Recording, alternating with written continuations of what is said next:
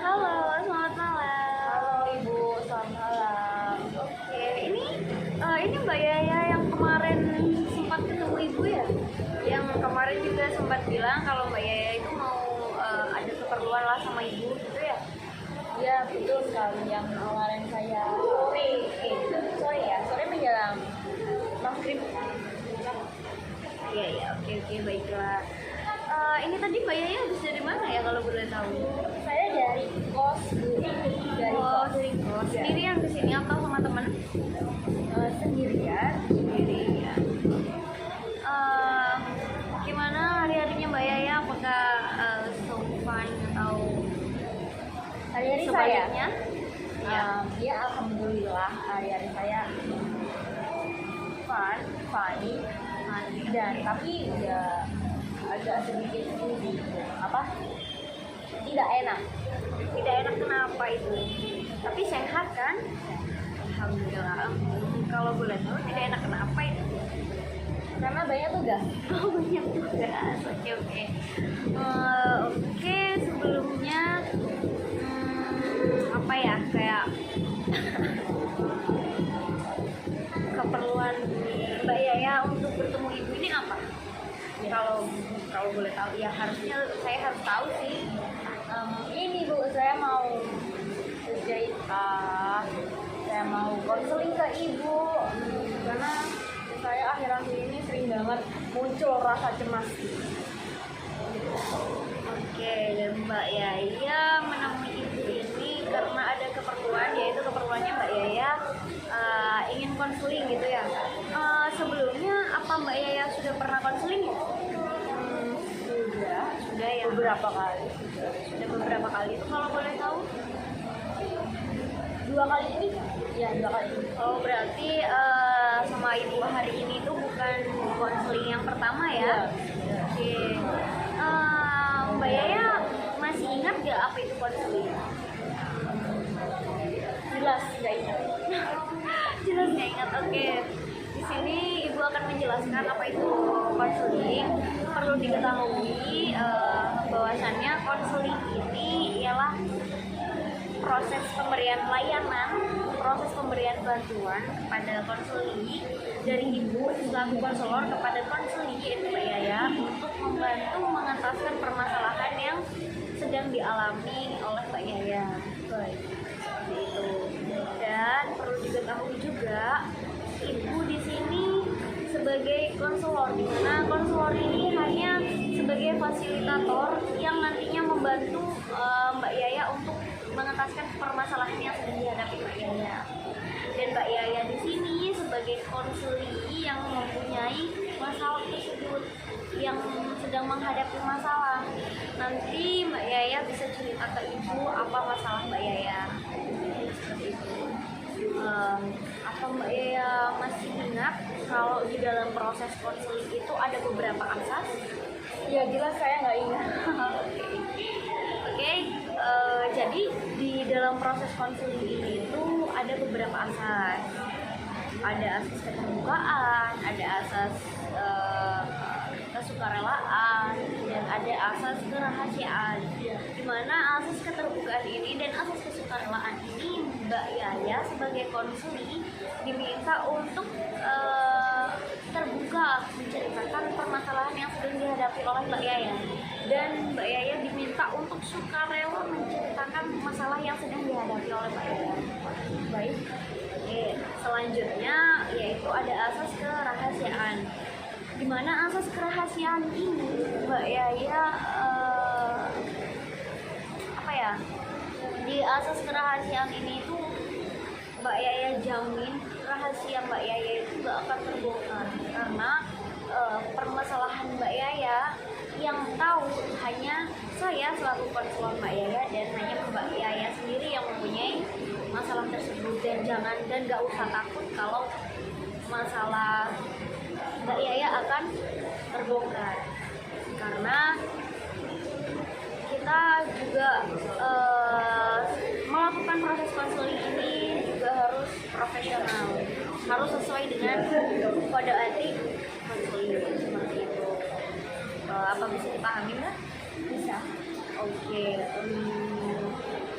selanjutnya kita menyepakati waktu terlebih dahulu ya. Jadi biasanya Mbak Yaya sebelumnya itu katanya kan sudah pernah itu ya konseling ya. Dan itu Mbak Yaya melakukan proses konseling selama berapa lama? Kurang lebih 30 menitan lah. 30 menit. Ya, Mbak Yaya mau proses konseling ini berjalan 30 menit atau 45 menit? Karena pada umumnya proses konseling ini dilakukan kurang lebih 30 sampai 45 menit. Apakah Mbak Yaya keberatan? tidak sih Bu. Ya, oke, baiklah. Dan kita sepakati sekalian aja ya Mbak, Ya. untuk pertemuan selanjutnya ini kita mau pertemuan di mana, setelah itu hari apa, jam berapa. Barangkali Mbak Yaya ingin request mau konseling di sini aja lah Bu, atau kalau nggak gitu di sekolah aja atau di tempat ibu kerja atau di mana lah. Mungkin kalau tempat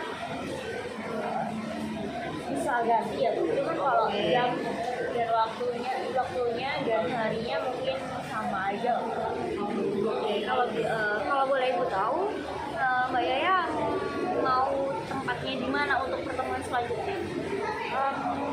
Masih bingung ya, nanti mungkin insya Allah saya kabarin. Atau kalau nggak gitu di ini aja, di dekat kampus aja. Boleh. Di dekat kampus itu kan ada kafe tuh. Apa Mbak Yaya mau di kafe dekat kampus itu? Boleh. Oh boleh, baiklah kalau begitu pertemuan selanjutnya kita ketemu di kafe dekat kampus ya. Ini Ibu hanya menyarankan saja sih, barangkali Mbak Yaya ada rekomendasi lain, nggak apa-apa. Boleh ya, berarti untuk pertemuan selanjutnya kita ketemu di kafe dekat kampus di hari yang sama dan di jam yang sama ya. Oke, baik. Kita langsung aja ya memulai proses konselingnya ya. Boleh Mbak Yaya ceritakan permasalahan apa yang sedang dialami, yang sedang dihadapi oleh Mbak Yaya akhir-akhir ini. Tadi kan Mbak Yaya juga bilang kalau lagi sedikit tidak baik. Itu kalau bisa boleh diceritakan sekarang. Jadi saya akhir-akhir ini sering banget merasakan kecemasan Bu. Kecemasan ya, iya. Cemas akan apa ya Bu ya? Belum tahu sih, karena pada dasarnya saya emang pemikir sekali. Nah, itu cemas awalnya gara-gara apa ya? Iya kan tadi saya juga bilang kalau saya tuh anaknya pemikir. Jadi kayak misalnya ada ini nih, ada sesuatu yang ganjel gitu ya kan. Terus saya tuh mikir dulu kayak apa ya salah aku. Contoh ya kalau misal sama temen ya. Terus habis itu kayak apa ya salahku ya gitu. Kok sampai kayak gini, biasanya kayak gini gitu loh Bu. Terus aku pikir dulu kenapa, apa yang ada yang salah dari aku atau gimana. Terus introspeksi diri juga perlu, itu juga kan Bu. Terus setelah saya pikir saya cemas. Jadi Mbak Yaya ini juga termasuk tipe orang yang pemikir banget ya. Jadi ya misal ada masalah kecil atau ada hal kecil yang bagi Mbak Yaya itu nggak cocok buat itu, Mbak Yaya langsung kayak mikir gitu ya. Iya. Hal-hal yang seperti itu udah berjalan berapa lama ya kalau boleh tahu? Lumayan lama sih Bu, karena saya sendiri juga sempet kayak gimana ya caranya buat gak jadi orang pemikir sekali. Karena padahal kalau misalnya dipikir-pikir juga itu masalah bener-bener kayak apa sih dia tuh loh. Mungkin kayak misal nih ya sama temen, mungkin bagi temen Yaya itu bukan jadi hal masalah gitu, tapi kalau dari Yaya sendiri kayak kenapa ya gitu Bu. Padahal temen Yaya singkatnya saya. Tadi kan Mbak Yaya bilang ya kalau misal apa yang dipikirkan Mbak Yaya itu sebenarnya nggak terjadi gitu loh di yang apa ya yang ada di pikiran teman-teman itu. Iya. Maksudnya kayak ini kayaknya temanku kayak gini padahal enggak ya. Iya. Apakah selama ini teman-teman Mbak Yaya itu kayak apa ya, merasa nggak sih kalau Mbak Yaya itu orangnya tipenya pemikir banget dan nggak enakan banget? Mungkin sebagian teman saya yang sudah dekat sama saya tahu ya Bu ya, karena ada beberapa teman saya juga juga pernah bilang kan kalau oh iya ini anaknya pemikir banget gitu. Mungkin adalah beberapa teman saya yang dekat dengan saya, mungkin yang sudah paham dengan saya, paham betul dengan saya, itu gimana sayanya itu mungkin sudah paham mereka. Nah, Mbak Yaya tadi kan bilang ya kalau Mbak Yaya ini juga pemikir orangnya, terus juga gampang cemas juga ya. Hal lain yang membuat Mbak Yaya cemas selain Mbak Yaya gampang mikir, gampang apa ya, orang yang pemikir itu apa? Hal lain yang membuat Mbak Yaya jadi cemas apa ya? Mungkin ini Bu, mungkin ini emang semua orang pernah mengalami ini. Biasanya ya Bu ya, saya juga merasa cemas sampai tidur pun itu saya juga pernah merasa cemas. Kenapa itu kalau boleh tahu? Biasanya kalau itu gara-gara tugas Bu. Gara-gara tugas, emang kenapa tugasnya banyak? Iya, tugas saya kan banyak, kayak belum selesai tapi udah numpuk banyak gitu. Oke.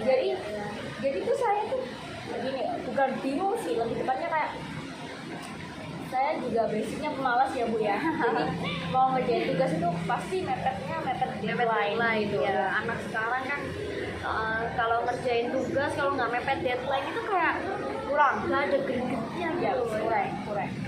Nah terus kalau misalnya masalah tugas itu kalau saya belum menikah, misalnya deadline-nya besok gitu ya, mungkin nanti malam saya bukan nanti malam, bahkan sebelum ini saya juga merasa bahwa kayak cemas. Kadang misalnya tidur nih pas malam-malam saya bangun, oh iya kayak ada tugas yang belum aku kerjain gitu. Sedangkan jadinya oh 2 hari lagi, gimana, oh santai aja masih 2 hari lagi gitu. Saya menganggap semuanya santai. Iya, saya tuh cemas gitu. Dan kalau seperti itu rasa cemas ini kayak mungkin saya buat sendiri ya, padahal mungkin saya bisa mengerjakan di hari-hari sebelumnya gitu. Tapi saya sampai itu pun aja saya juga sangat cemas gitu. Apa hal yang seperti dikatakan Mbak Yaya tadi itu udah berjalan cukup lama atau baru ini aja? Udah lama sih kalau yang itu. Udah lama. Udah dari kapan itu kalau boleh tahu?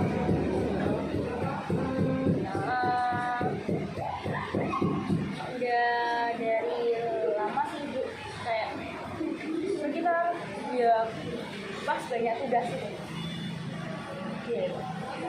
Berarti udah berjalan cukup lama ya. Lalu kan selama ini juga kan berarti tugas Mbak Yaya menumpuk ya. Sangat menunggu. Cara Mbak Yaya menghadapi tugas yang penuh itu bagaimana terus? Katanya juga kan Mbak Yaya bilang kalau basic saya ini pemalas ya. Nah, kalau Mbak Yaya udah tahu tugasnya menumpuk cukup banyak seperti itu, apa yang dilakukan Mbak Yaya? Ya oke, ini kebiasaan aneh juga ya buat saya. Kalau saya itu biasanya kalau udah banyak tugas, terus saya nggak tahu harus ngapain. Jadi saya Padahal di sisi lain itu tugas sudah banyak ya, Ya, udah sudah. numpuk banyak ya. ya benar sekali. Saya nggak tahu harus ngapain yang pertama. Terus yang kedua, sebenarnya ya saya udah niat banget untuk mengerjakan. Saya udah buka laptop saya, tapi saya aja terdiam di situ. Apa ya? Gitu. Apa Mbak Yaya nggak coba untuk kayak apa ya, biasanya kan kalau kumpul sama teman-teman gitu ya, jadi semangat buat ngerjain tugas itu ada, jadi nggak males gitu. Oh iya, ngerjain sama teman-teman biar nggak males lah. Kalau ngerjain sendiri kan biasanya males, udah di pikiran itu udah kayak udahlah rebahan aja, gak enak ngapain ngerjain tugas. Kalau apa ya, justru kalau ngerjain sama teman-teman itu udah bisa Bu. Kenapa gitu? Karena teman-teman saya asik semua ngomongin gitu Bu, kayak Justru kalau ketemu malah nggak bisa sama sekali. Dan itu sudah saya coba beberapa kali. berkali-kali. Dan teman saya juga sama kayak saya. Itu teman apa ya kalau menurut kamu? Teman kuliah? Teman kuliah, ada 5 teman kuliah saya tuh Bu. Oh, Lucu semua itu orangnya. Ya Allah. Kalau nggak gitu kan teman Mbak Yaya kan juga banyak ya. Iya. Nggak hanya teman kuliah. Apa iya Mbak Yaya ini nggak pernah kayak ketemu sama teman-teman Mbak Yaya yang lainnya kecuali teman-teman kuliah ini? Iya ketemu sih Bu, cuman kan mereka juga sibuk dengan acaranya masing-masing, ada yang kuliah, ada yang kerja gitu Bu. Tapi kalau saya sendiri kalau mau ngerjain tugas bisa mungkin sama teman, mungkin 2 atau 2 orang lah, kayak saya sama teman saya gitu. 1 orang sih ya Bu ya. Tapi kalau udah berbanyak, udah ketemu dengan 5 teman saya ini Bu, 4 teman saya, ya udah kacau balau Bu, saya nggak tahu harus ngapain gitu. Makanya kayak bener ya ngerjain. Tapi mungkin kalau dari presentasi 100% mungkin 20% aja Bu. Gitu. Lebih banyak bercandanya kalau Iya. gitu ya. Karena saya juga basicnya seneng bercanda, seneng ngobrol gitu Bu. Jadi kalau meskipun saya mau keluar nih sama teman saya yang di luar, maksudnya kayak di luar teman perkuliahan ya Bu ya. Saya itu apa ini Bu, bisa cuma lebih banyak ngobrolnya. Oke. Kan kalau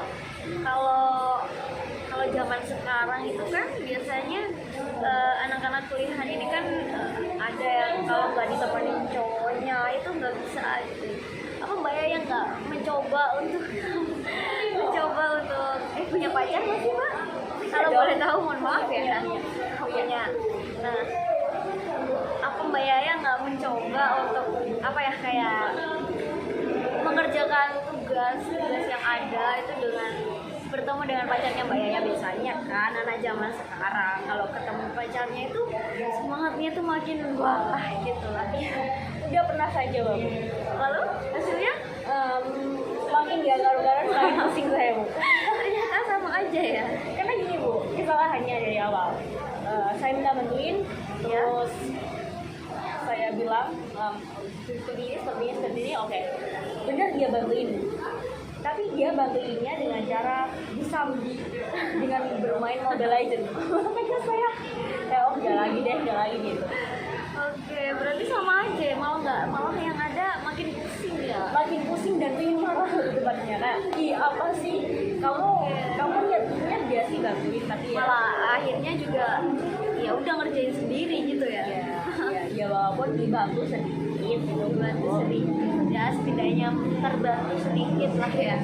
Ya daripada dia sama sekali lah gitu ya. Iya Ada lah effortnya sedikit tuh, meskipun sedikit saya terima gitu. Oke. Selanjutnya cara Mbak Yaya yang mengatasi masalah Mbak Yaya selama ini tuh dengan apa ya? Kan Mbak Yaya katanya bilang Mbak Yaya juga sering cemas, suka gampang mikir juga, terus di sisi lain juga tugasnya numpuk banyak. Lalu yang dilakukan Mbak Yaya selama ini apa? Apakah harus sendirian atau gimana caranya aku harus ketemu sama temanku? Oke. Yang saya lakukan ya biasanya kalau saya merasa cemas, saya ini lebih tepatnya saya introspeksi diri dulu sebelum saya menghubungi teman saya yang mungkin kayak kenapa sih ada salah ke aku gitu. Saya diri dulu kenapa, terus ya. Tapi gini Bu, mungkin alhamdulillahnya mereka semua itu kayak ya udah sih ngapain gitu. Tapi akhirnya kayak balik. Jadi cemas itu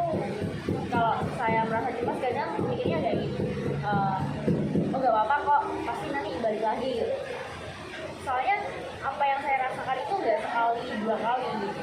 Ya berkali-kali, cuman ya intinya ya udah gitu kan, namanya temenan atau dengan apapun pasti kayak oh ya udah kan wajar banget ya udah ya wajar banget kalau ada pertengkaran, terus kalau ada masing-masing tidak cocok, itu wajar banget sih kalau menurut saya. Jadi kalau itu masih bisa saya kontrol, tapi ya walaupun itu saya masih tetap merasa cemas. Mengganggu nggak mbak? Mengganggu hari-hari Mbak Yaya nggak? Iya, mengganggu sekali sih. Yang dirasakan Mbak Yaya selain itu apa? Kan kalau misal Mbak Yaya tiba-tiba cemas gitu ya, pasti kan ada perasaan lain. Dan itu apa kira-kira perasaan lain Mbak Yaya yang dirasakan Mbak Yaya selain cemas? Tidak nyaman Bu, karena saya tuh ya itu tadi loh, saya tuh mikir ya Bu ya, tidak nyaman. Saya mikir terus gimana caranya saya menghilangkan rasa cemas ini, dan secepat mungkin saya kayak ya udah lah, ayolah jangan begini terus gitu loh. Saya tidak nyaman, sama sekali tidak nyaman. Sama sekali ya. Jadi Mbak Yaya juga selain harus pintar-pintar mengontrol diri Mbak Yaya sendiri ya, dan mengontrol diri sendiri itu sangat amat susah sekali kalau memang dari diri sendiri gitu ya. Saya juga tipe orang kalau misalnya tidak bisa mengontrol diri sendiri, saya itu yang saya lakukan adalah hanyalah menangis. Kalau berarti kalau Mbak Yaya nggak bisa mengontrol rasa cemas Mbak Yaya ini, dan tidak bisa mengontrol apa ya pikirannya Mbak Yaya ini, Mbak Yaya nangis. Ya, seperti yang orang-orang bilang ya Bu ya, bahwa katanya menangis itu sebagai dari emosi ya Bu ya. Nah, ada yang bilang Ya, saya itu mungkin emosi yang tidak terluapkan, kayak misalnya kayak oke lah aku emosi, tapi di aku sendiri aja, jangan sampai saya mengorbankan orang lain, jangan sampai merugikan orang ya, lain. benar sekali itu. Jadi saya emosi, tapi saya lakukan ketangisan gitu. Tapi setelah Mbak Yaya nangis itu kira-kira perasaan Mbak Yaya jadi gimana? Lega sekali. Ya, ya lega sekali. Cuman saya emang kadang capek Bu, kayak apa sih nangis terus gitu. Mbak Yaya kan bilang ya kalau capek nangis terus. Kalau misal Mbak Yaya nggak bisa mengontrol rasa cemas Mbak Yaya itu, dan tidak bisa mengontrol pikiran Mbak Yaya, selain Mbak Yaya menangis, Mbak Yaya biasanya ngapain? Apa yang dilakukan Mbak Yaya? Oke, tergantung ya Bu ya. Kalau misalnya sama saya udah merasa ngantuk misalnya ya, saya langsung tidur. Tapi sia-sia kayaknya, kayak rasa saya tidur itu sia-sia karena pasti ingat kembali. Kalau nggak itu saya main Apa itu kalau boleh tahu? main dengan teman saya keluar.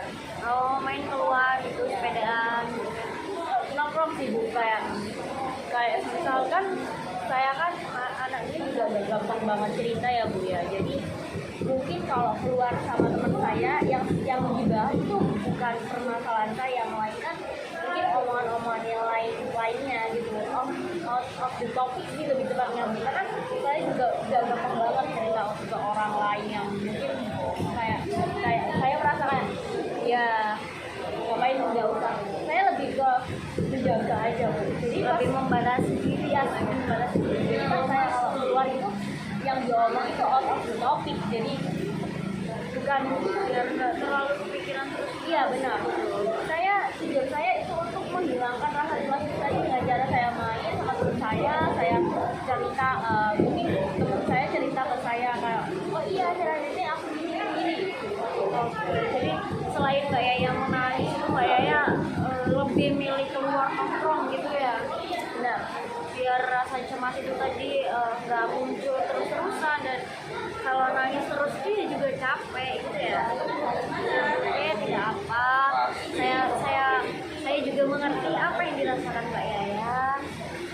Memang menghadapi permasalahan yang ada pada diri sendiri itu jauh lebih susah. Nah, di sini Ibu punya satu cara, mungkin nanti Mbak Yaya bisa bisa melakukannya sendiri di rumah, atau kalau enggak Mbak Yaya bisa melakukan cara ini dimanapun sewaktu Mbak Yaya merasa cemas atau tidak bisa mengontrol pikiran Mbak Yaya. Nah, cara ini itu ada di termasuk di dalam proses konseling, di mana nama cara di proses konseling ini itu namanya teknik relaksasi. Mbak Yaya apa tahu teknik relaksasi? Teknik relaksasi itu sebuah proses apa ya? Sebuah teknik ya, sebuah teknik yang nantinya itu membantu Mbak Yaya agar diri Mbak Yaya itu merasa jauh lebih tenang, jauh lebih rileks, jauh lebih enjoy lah, jauh lebih enak.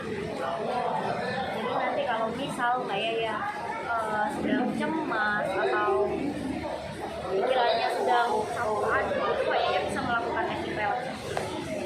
Oke, bisa dimulai sekarang. Oke, kalau begitu Ibu bisa minta Mbak Yaya untuk duduk yang enak. Boleh menghadap saya, boleh menghadap depan. Oke, sudah nyaman, sudah tenang.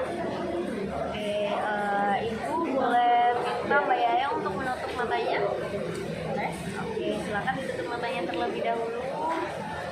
Tenangkan diri Mbak Yaya, tenang-tenangnya, dan keluarkan masalah-masalah yang ada di pikiran Mbak Yaya. Keluarkan, anggap masalah yang ada di pikiran Mbak Yaya itu perlahan keluar. Dan setelah ini saya akan meminta tolong Mbak Yaya untuk tarik nafas dan mengeluarkan hembusan nafas kurang lebih selama 3-5 detik. Nanti Mbak Yaya tahan selama kurang lebih 3-5 detik ya. Oke, Mbak Yaya duduk yang enak, duduk yang enjoy. Anggap semua permasalahan yang dialami Mbak Yaya perlahan keluar dengan apa ya, dengan perlahan, dengan enjoy. Oke, baik ya. Oke, bisa mulai sekarang Mbak Yaya bisa tarik nafasnya perlahan kurang lebih 3-5 detik. Setelah itu keluarkan. Buat diri Mbak Yaya setenang mungkin, serileks mungkin. Buat pikiran-pikiran yang membebani Mbak Yaya itu buang jauh-jauh, keluarkan perlahan agar diri Mbak Yaya ini jauh lebih rileks, lebih tenang, lebih enjoy. Oke, kita ulangi lagi ya. Oke, tarik nafas perlahan, hembuskan. Oke, kita ulangi lagi. Tarik nafas lagi, tahan, hembuskan. Oke, boleh Mbak Yaya membuka matanya. Oke, bagaimana Mbak perasaan Mbak Yaya setelah melakukan teknik relaksasi yang diberikan Ibu barusan? Saya merasa lebih tenang, rileks, jauh lebih enjoy nggak? Oke, lebih plong ya. Nah, itu tadi salah satu teknik relaksasi yang ada di dalam proses konseling. Dan teknik itu Mbak Yaya bisa melakukan dimanapun dan kapanpun saat Mbak Yaya benar-benar membutuhkan. Saat Mbak Yaya cemas ataupun gak bisa ngontrol emosi, terlebih lagi kalau misal tugas banyak dengan deadline yang benar-benar cukup mepet yang membuat kepala makin tidak pecah dan kacau, Mbak Yaya bisa melakukan teknik relaksasi itu. baik. Oke. Jadi untuk konseling hari ini kita sudahi dulu. Oh ya, sebelumnya Ibu mau tanya, setelah Mbak Yaya mengikuti proses konseling ini, selama mengikuti proses konseling dengan Ibu, apa yang Mbak Yaya rasakan? Saya jauh lebih tenang karena saya sudah dikasih kesempatan untuk bercerita kepada Ibu. Terus saya plong rasanya. Oke, lebih plong ya, lebih plong, lebih enak, lebih enjoy.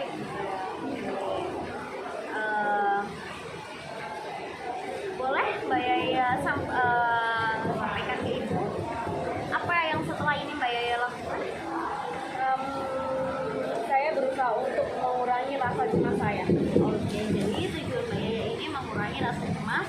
Iya. Mbak Yaya, mungkin Mbak Yaya bisa melakukan teknik relaksasi itu setiap hari biar diri Mbak Yaya sendiri tuh jauh lebih enak, jauh lebih enjoy buat menjalani hari-hari. Apalagi kan katanya juga Mbak Yaya ini kan tipikal orang yang memikir ya. Iya. Nah, Mbak Yaya bisa melakukan teknik relaksasi itu biar Mbak Yaya ini nggak terlalu apa ya, nggak terlalu mikir. Kalau katanya orang Jawa itu gak sepaneng seperti itu ya. Oke, proses konseling kita hari ini kita sudahi. Kita ketemu lagi di hari yang sama minggu depan, di hari yang sama, di jam yang sama, di tempat kafe dekat kampus. Oke, kalau gitu. Oke ya Mbak Yaya, terima kasih karena Mbak Yaya sudah mau dan sudah dengan sukarela menceritakan permasalahan yang sedang dihadapi oleh Mbak Yaya. Di sini Ibu minta maaf dan terima kasih. Minta maaf kalau misalnya itu ada salah kata, ucapan yang sengaja atau tidak sengaja ya. Oke, kita ketemu minggu depan ya Mbak Yaya ya. Oke, Ibu pamit dulu ya.